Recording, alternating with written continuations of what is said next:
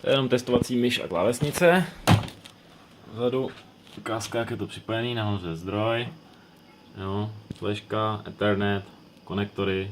Testoval jsem všechny, co vidíš, akorát jsem netestoval DVIčko a VGAčko z tohohle, jenom protože to mám zapojený jenom z grafiky.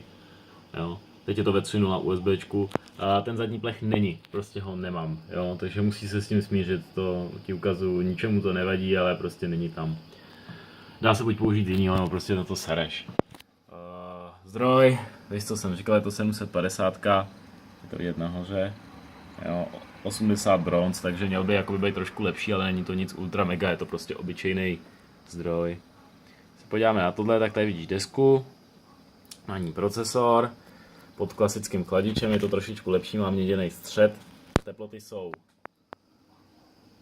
Tady vidíš nahoře, teďka instaluje, takže něco dělá, jo? Není úplně v klidu, teploty jsou poměrně nízký, teď vidíš, že už padají zase teploty směrem dolů, jo? Když přestal instalovat, instalace dokončena.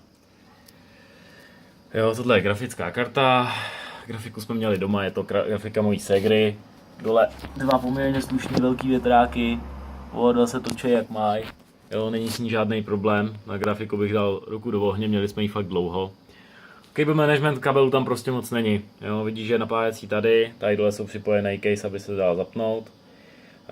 Jeden satový kabel, který vede k tomu, k DVD romce není, jestli ho chceš, můžu ho tam dát, jsou tam teda dvě, ta spodní asi nefunguje jenom na zacpání díry, ta horní by měla být funkční, ale nevím, já to neodzkouším, jo, takže nemusím ji ani zapojovat, jestli nechceš. Kabely vidíš tady, je to teda přes redukci, máš to zapojený do disku, no, a po případě může být i nahoře. No, jinak deska má ještě tady mSATA na SSD, že se dá přímo dát jedno na desku. To SSD, který chceš ty, tak ti dám potom na ten disk nahoru. Jo, ramky vidíš tam, tak to je asi vše. Case je prostě taká, jaká je, nic úžasného, tohle je jenom testovací monitor, takže se nějak neděs. Jo, vidíš, teploty šly teďka dolů, relativně na hezký teploty. Mám tady strašný horko v pokoji, jo, takže bych řekl, že ty teploty jsou super. No a teď jeden zátěžový test. Takže na zátěžovém testu můžeš vidět v FPSK, jak to jede a co se děje s teplotama, jo. Tady vidíš prostě, teploty procesoru nepůjdou nahoru, bude teplota grafiky nahoru, protože grafická karta momentálně je v zátěži. Takže ta by měla jít prostě směrem nahoru. A tady ani nevidím napsanou, ta bude asi někde jinde. Jo, teď jde zátěžák, grafika jde na hodně.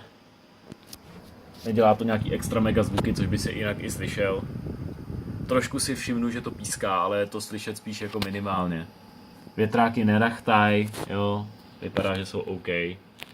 Teď už fouká víc, teď už jede na hodně. No, tak to je asi vše.